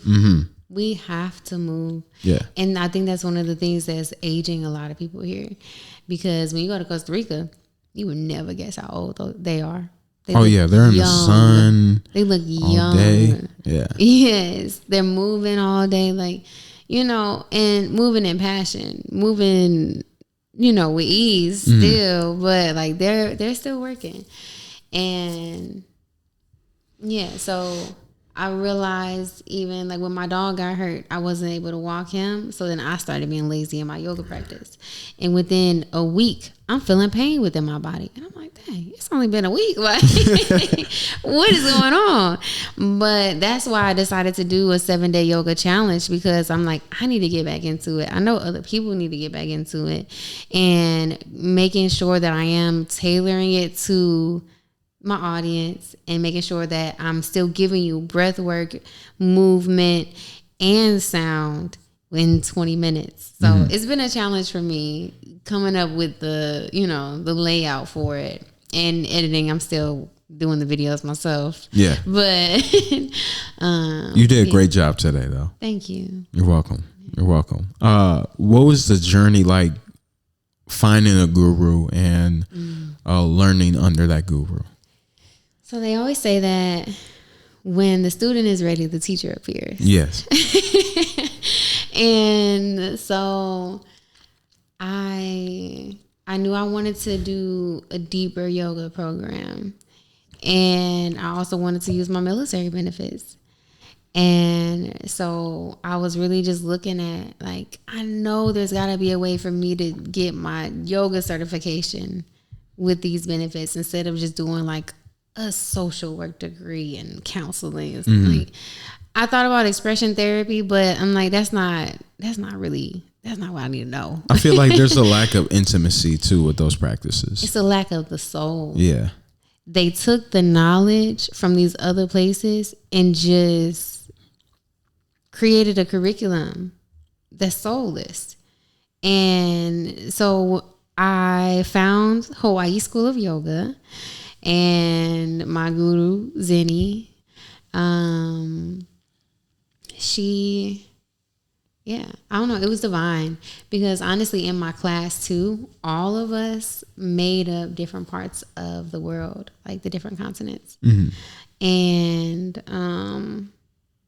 it was just a really beautiful experience. It was a whole semester long of yoga 3 times a week, or no, 3 to 5 hour classes and 2 yoga a week. But then every single time we also had class, it was also like meditations and all of these things too. And then we had weekly calls that's where she helped me with my pronunciation in Sanskrit and stuff like that's the more one-on-one, but it's all one-on-one for real, because we're in the class learning the things together.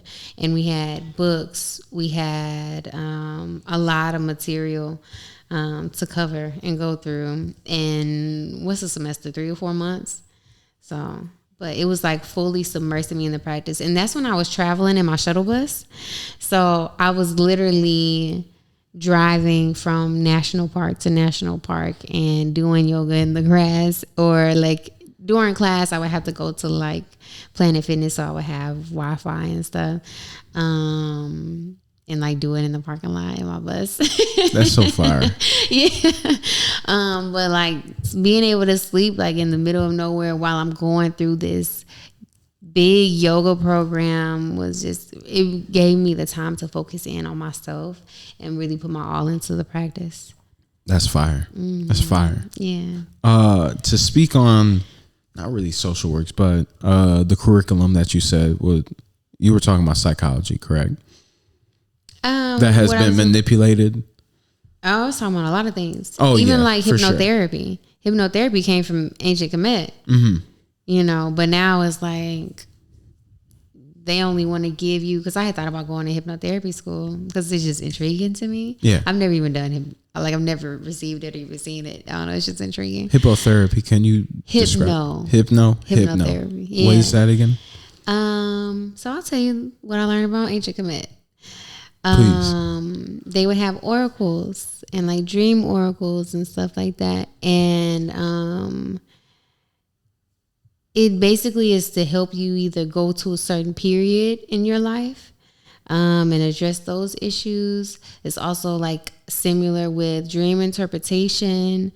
And they had these rooms that people would go into, and that's where they would get like these dreams and everything like that. And then the oracle can help you decipher them. And yeah, it wasn't just oracles. It was more to it than that. But yeah. Yeah, dream interpretation is actually a skill that I have and that I'm trying to sharpen. I have a lot of dreams, so if you need not content, but like please, because that's just one piece of wisdom that like I'll have a dream and within less than 5 minutes, like I'll figure it out, like the different, the symbolism and everything, because the toughest thing is letting people know that, hey, you have to apply this to your life, because there's going to be symbols that I won't be able to pick up on because it means something to you as the individual. There are certain things within dreams that are mandalas in a way for the collective, and that we can all collectively understand that it means this. But there are a lot of things within dreams that connect to your personal life. So I take the approach of dream interpretation of figuring out what I can and kind of just giving them a foundation for them to build upon, using their own understanding of symbols and how it correlates to their life and the story that was being told within dreams. Because dreams I treat it as living while I sleep. In a way, like I'm just on another plane. I'm on another plane of existence, learning, but time and space is so non-existent to the point where it has a lot more free reign to tell a certain story, as wacky as it can be. But it's not bound by time and space, but it is bound in a way of symbolism and making sure that you understand it. So everything things your brain hasn't seen, it won't be in dreams. That's one thing I recognized. And it's smart. Like the universe is always constantly working consciously and intentionally. And it puts these different symbols in front of you so you can dissect it and put the pieces together and understand what it means. And I have a lot of moments where I predict things that happen and I just don't know it until I get deja vu within that moment.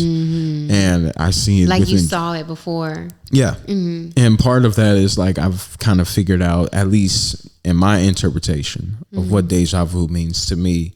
It's like most of the time I see it in a dream and then I actually get to that moment and it happens. I'm like, wow, I've been here before. It was just on a different time. So it's dope that we're starting to learn the importance of dreams. And I brought this up. I brought psychology up and psychoanalysis up. Are you hip to Carl Jung at all? Definitely look him up. Okay. Because he was actually a student of Sigmund Freud. If you Sigmund Freud was more like animalistic, and he kind of fell into the line of propaganda as well. His nephew, Edward Bernays, is the father of propaganda, and the reason why advertising in America is just so like just over the top is because he acts upon those desires. He had so many different teachings from his uncle, which was Sigmund Freud, of how to manipulate people's minds through advertising. But Carl Jung split from Sigmund Freud and went down the direction of embodying modern psychology and psychoanalysis with mysticism and mandalas and the symbols of man and the universe as well. So definitely look into, what's his name again? Carl Jung. J-U-N-G is his last name. Oh, okay. Yeah. Oh, okay. Yeah, definitely look into him. Yeah, because that was one of the things that that made me not even want to do social work, because I was going to go for my master's and doing the psychology aspect of it again. And just like, we are really going to sit here and talk about these sick people. This is not what this practice should be about. Like, it's over rationalized as well. Why are we praising these people anymore? You know, like what did they really teach us that we don't already know? I mean, they might fight that we know now because we didn't, because of them, but like, I feel like I've always known. I know before I read this, like a good amount of them were hired by the government just to use that information of just how to manipulate people. Yeah. But it's like, I don't know. I just don't understand why we're praising the manipulation and like the tactics and everything that was done to come to this scientific answer. You know, like, to me, that's what blows my mind. Like, yeah. Have you ever heard of MK Ultra? So it was a big experiment done by the CIA and learning mind control. So using these different desires and using it against people's will, trauma, psychedelics even as well.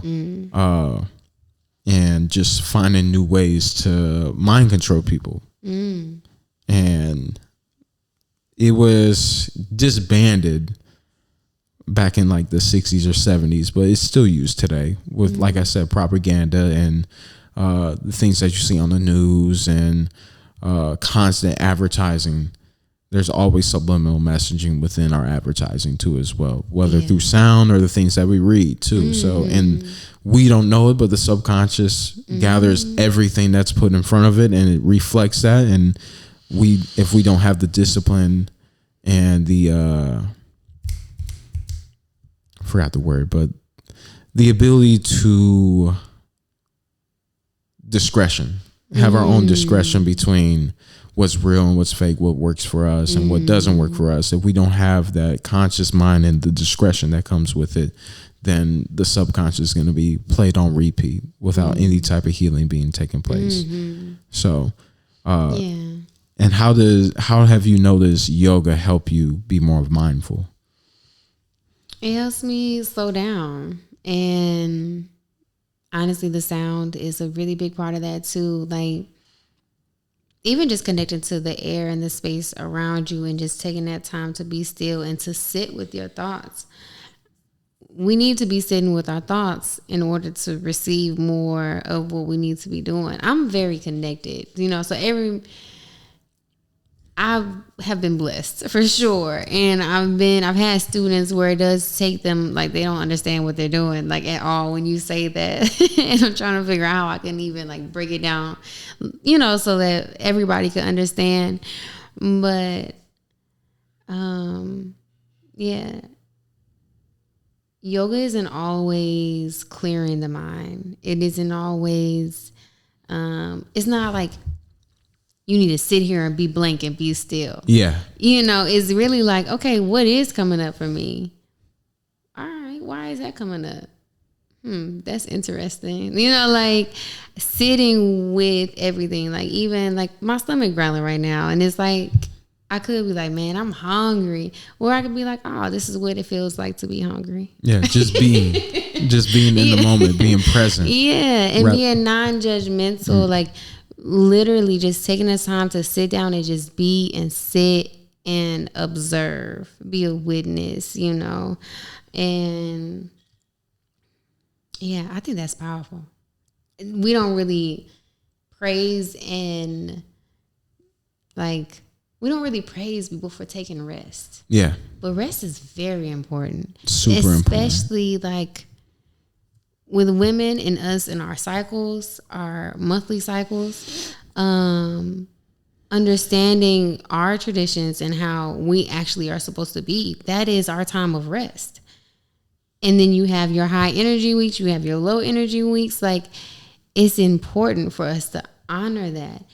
You know how many downloads you can get? You don't know, but like, well, in my own interpretation, yeah, like we get so many downloads during that time when we allow ourselves to sit and rest. Yeah. So, that's the main thing for me is like allowing myself to constantly be connected so that I can always know my next move, so that I can be free in the reality of who I am and the space that I'm in and what I can and can't do in this moment, that calmness and that peace, If you're not willing to take the time for yourself, you're moving confusion a lot. And moving in confusion is very, very dangerous. Yes. It's so easy for somebody else to come into your life and start to dictate your own actions and your own direction. Yeah. Because you just don't know where you're going. You don't have an intent set in place. So taking the time to rest and be with your mind, be with your spirit,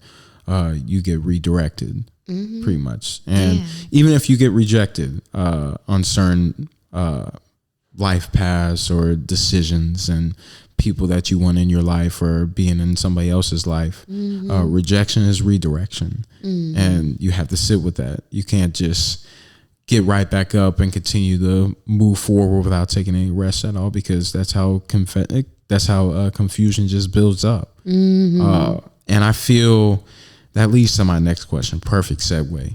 Is you were talking about taking the rest within your own cycles as well. Men, we don't have that, obviously, and we're obviously more of a 24-hour cycle. Yes, yeah. But we move fast the entire time, and this society has taught us that keep going, don't take rest. Rest isn't for us, essentially. So how can women, mostly always in tune with their emotions and in tune with that patience and the importance behind rest, how are you taking in the initiative of bringing that awareness to men, especially Black men? Yes, I love this question because y'all need love and free love. Like, I think the poem that I did when you were at my open mic was probably about relationships and about how we should be giving each other love regardless of whether that's somebody we see ourselves with or not. If I see my brother is hurting, I'm going to be here for my brother. Now, that don't mean I'm going to like kiss you or nothing like that, you know, but it means like I'm going to be here for you and hold space for you and not judge you, you know, creating a safe space. And I think growing up, we're all conditioned to think that men aren't supposed to cry. Men are the ones that go do all the work and then they come back home and they take care of everybody. I'll be damned, I need to shed a tear. Right, you know, but like that's how a lot of us grew up, was like that's how men are protectors and providers. And I think it's very important for us to make sure that we are taking care of our friends and our partners and, you know, everybody. And my specific way of being able to do that is through yoga. I make sure men know that they are welcome. And even when I have men in my class that I really knew and like, I don't know about this, maybe not doing a cat cow where we're in tabletop, because that might make them feel uncomfortable. You know, like the men who also are like, I'm not wearing pink. Like there is always a way to get to the objective and to respect everybody's boundaries. And that's one of the ways that I really make my classes open and inviting to men, is like being able to modify and to go off script and to do something different than what I had planned for the sake of everybody who's in the room. You know, it's about the people in the room. It's not about me and what I wanted to do that day. Like, right. You know, so, and my yoga retreat, men are welcome. Like, I see so many things dividing men and women. Women's yoga retreat, women's this, women's that. And then when it's a male thing, it's not necessarily inviting to heterosexual males. And so that's another reason why I love to be able to provide this space where, the base is Black women, because that's me, that's where I come from. Of course. And also I come from love. So they gonna give you love too, you know, in their own ways. We each are just loving people, and you know, so when you come, it's just good energy, it's peace, and ain't nobody expecting nothing out of you. But we love good men. We appreciate when y'all carry all of our heavy things. For sure. You know, like I come from women that like don't mind. We handle our business, but when we got a man that's gonna take care of business, we don't mind letting that happen. Yeah, and we like, go right ahead.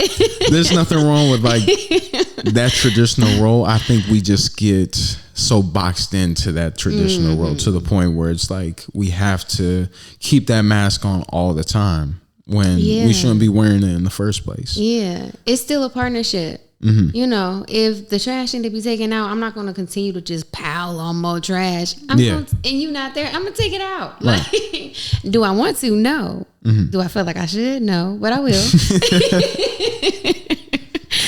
But on me, if it's there, then it's there. But like, I'm just saying, not nitpicking at things and not saying, well, this is your duty. Why you ain't do that? But like, the partnership, that give and take, that like, I see this is what you got going on. Let me handle this, you know. And I think that's the issue why we have a majority men ran society. That's ran on our clock, ran on our time, to the point where we have set women in such a traditional role of being this, to the point where we box y'all in a way. So I feel like we all need some work on being more fluid. Yeah. Pun intended. Yes. But I'm glad that you're taking that initiative too. Yeah. And coming from a majority masculine household, as is definitely getting more in spaces where it's feminine, is inviting more emotions, the ability to feel, the ability to be vulnerable, the ability to learn what healing actually looks like, rather than just keep working hard and thugging it out, you know? Yeah. So yeah, no, because we need y'all to be happy. If y'all not good, y'all are tyrants. Yes. Like, Yes. We need y'all to be happy, or nobody's gonna be happy. And I mean, we each need to be happy, because when you're not happy, you're gonna be a tyrant regardless of your gender. But yeah, we deserve to be happy for sure, and we all deserve to be happy. But putting hard work over happiness, when you can't expect yourself to be in a relationship where you share happiness. And that's one of the biggest things I've been learning too, is allowing that vulnerability within relationships with women, whether if it's romantic or not, the ability to have conversations that are based on feeling, based on patience, based on emotion, and actually expressing that passion that I have for life, and the love that I actually desire to hold a space for, and also actually have. So if you just have a conversation with the guys about that, it definitely can be misinterpreted for sure. So we all need those conversations. We all need to protect our women, especially protect our Black women too as well. So which is, again, we're in a very turbulent time where everything, even genders, are being separated, and we're kind of putting ourselves against each other. Is there something that you want to say to your fellow women to help understand and bring more space to men in their lives? I don't know if I word that the best. I think what I have to say still applies to both genders, but a conversation that I had with another yogi in Costa Rica is coming up, where we were talking about how important it is to be able to just be friends with someone of the opposite sex. And this is a new space that, I mean, like, I've always had male friends, of course, but in my mind, I'm like, yeah, they would hit if I let them, you know, like. Of course, yeah. Yeah, but now I'm finally in a space where, like, I'm around men that they're not interested, mainly because they're married to my friends, but also boundaries. But also boundaries. Like, I don't have to worry about it. Like, I love that. And I think it's important for men to know how to be a friend to a woman and not feel like they're being used. And also women, when you know that this man wants you for more, you have to be super careful with that boundary. And you still can't be asking him for a lot, because he will do it because he loves you. But how you got to look at how you making somebody feel in their heart. For sure. You know, like, that's what's most important. And I have had friends for years that have loved me, but we knew that it would just never be anything more. And mainly because I set that boundary. But like, making sure that I show up as a good woman when I know that they're going through anything, just calling them, even if I know they're not really going to take my advice, you know, just still being like a soft space to land for men who need it, who I have set a firm boundary with, who respect that. I feel like the reason why some people feel like they can't be friends with the opposite gender, especially if they're in a relationship,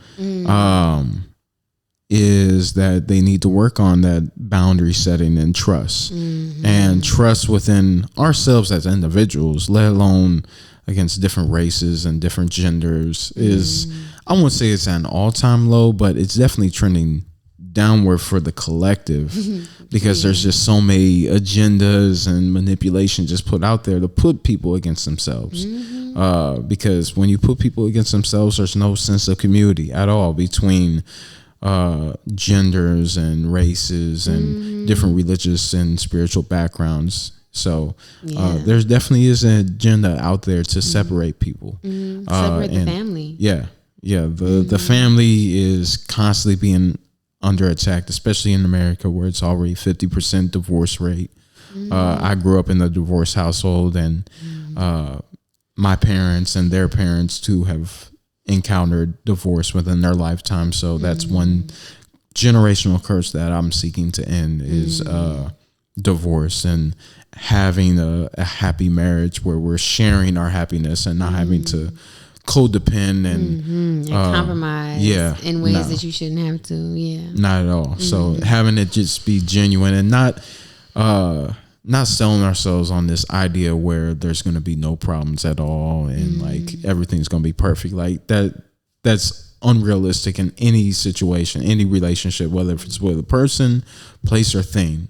There will always be challenges, but the reason why we have challenges is to not only cherish what we have in this moment, but also build upon it and maintain that and let it become stronger. So having this growth mindset with everything is super important. Yeah. So I agree. But was there anything else that you wanted to put to the forefront at all? You have any big events besides the retreat? Well, I want to kind of talk about the retreat a little bit too, because I mentioned that I'm okay with open air homes, but I want to let everybody know this is the perfect mix for everybody. Okay, because I got some luxury people in my circle that they not playing with all them bugs. So that's fair. The accommodations are AC accommodations. Is nice. Room and board is included in the price. 3 meals a day. We have excursions that are included. Some are not included, but I want people to be able to curate their own experience too. I don't want to put too much on everybody's plate, and it's like, oh, it's free, so I need to go. No, what do you actually want to do? We finna be intentional, okay? So, yes, I am just really excited to do this retreat. Co-ed. I think that is something so special about holding space with men and women.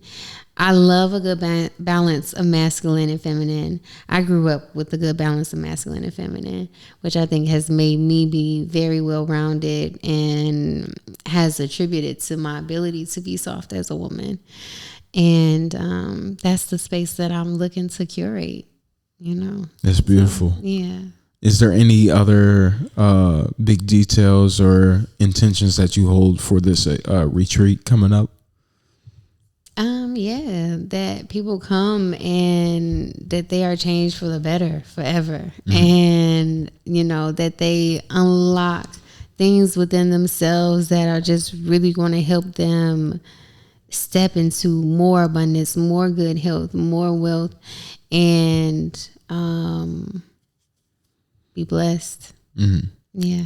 For somebody like myself, I've never been on a retreat before. I will definitely love to. Hopefully I can make this one. Yeah. I'm praying. I'll pray on it, because I prayed on going to New York for not necessarily why I'm going to New York, but I prayed on going there for like business things and networking, and God gave me the opportunity to do so through modeling. So I'm excited for that. Yeah. So I'm looking to do the same thing for Costa Rica, and if it's meant to happen, it will happen. So yeah, bring your girlfriend. I'll give y'all a discount if y'all come together. Okay, for sure. I'll definitely. Because we got one couple, and I'm like, I don't want it to just be one couple.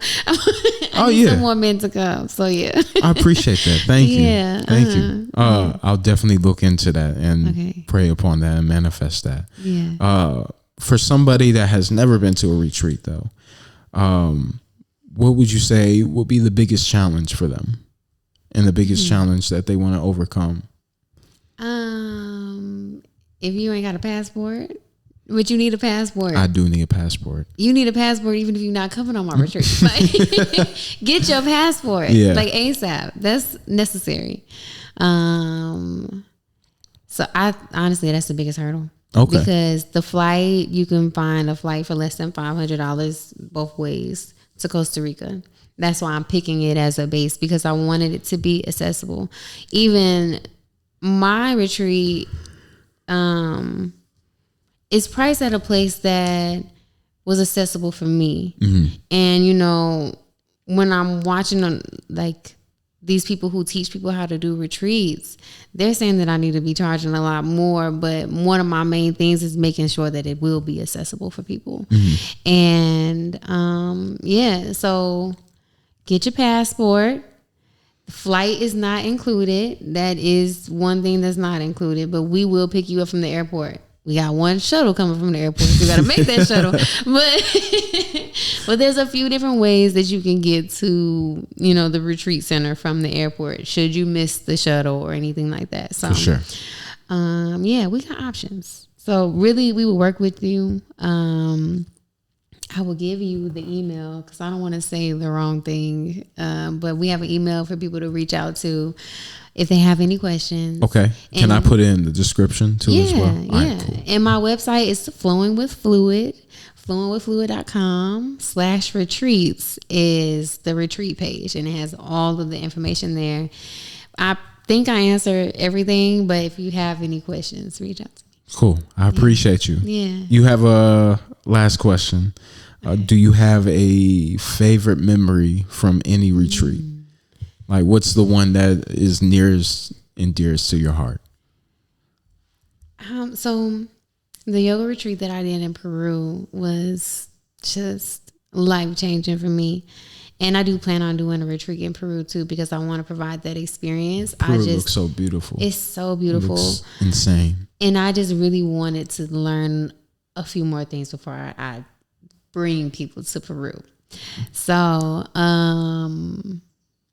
so when I was at that retreat, we did acro yoga. Acro yoga. Acro yoga. So it's yoga with a partner, like acrobatic yoga. Oh, okay, got you. Makes sense. So it's like flies. You got somebody up in the air and like you resting on somebody's feet, doing boat pose. It was just really fun. Okay. And we actually have a group here in St. Louis that meets and does acro yoga on Wednesdays. So I can send you that information too. I'm interested for sure. Yeah, it's so fun. And it's perfect to do as a couple. So I need to do that and hot yoga. My brother does hot yoga, and he said he's been in so many rooms where people have cried just off the release that they get from hot yoga. Yeah. And it is way more intense. I heard it's a very intense environment, but in a good way. Yeah. I mean, intense can mean a lot of things. Because you can have an intense experience just doing breath work. You know, that's true. You can't do breath work in hot yoga because it's too, the air ain't. Oh yeah. You know, yeah. but like, and I guess that's why it's intense, because a lot of people, especially first timers, maybe don't know maybe don't understand the importance behind breath work, and they get into an environment where, for sure. Yeah. So. But I appreciate you taking the time and having a good 2-hour talk with me. Yeah, I was like, we've been talking for a long time. I love just getting into a flow state. So. Yeah, and we did. For sure. This is great. Thank you for having me. Of course. Yeah. So before we go, since you're doing the retreat, you do many different meditations, and I'm working on a self-care album. Yes, the album, the creativity, the artist side of you all. Yes. And also you offer different services I saw on your website. How can we reach you for not only retreat, but everything else that you offer and that you're creating? Yeah. So flowingwithfluid.com is my website. So all the information is there. And Flowing with Fluid on Instagram, on YouTube. So if you want some, like some flows online, YouTube, a lot of people feel more comfortable doing yoga in the home. And so that's why I have my YouTube is free. And and let's see what else. I ain't gonna lie to you. I don't want people calling me. Yeah, I don't answer my phone as it is. I was gonna say, I really wouldn't check out put the your number. website, and then if you know, my email is there and everything. I do respond to emails, even if it take me a couple days. Cool. I be in my own world. Cool. So, Yeah. but anything else at all? Stay tuned for this self-care album. It's gonna be amazing.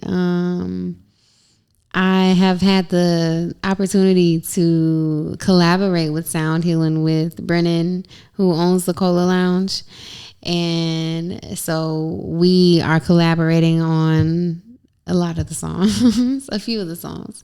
And it's really going to be a beautiful, beautiful release. So yeah, I'm excited for it. I'm excited to listen and learn something. We're both in really big like healing points in our lives right now.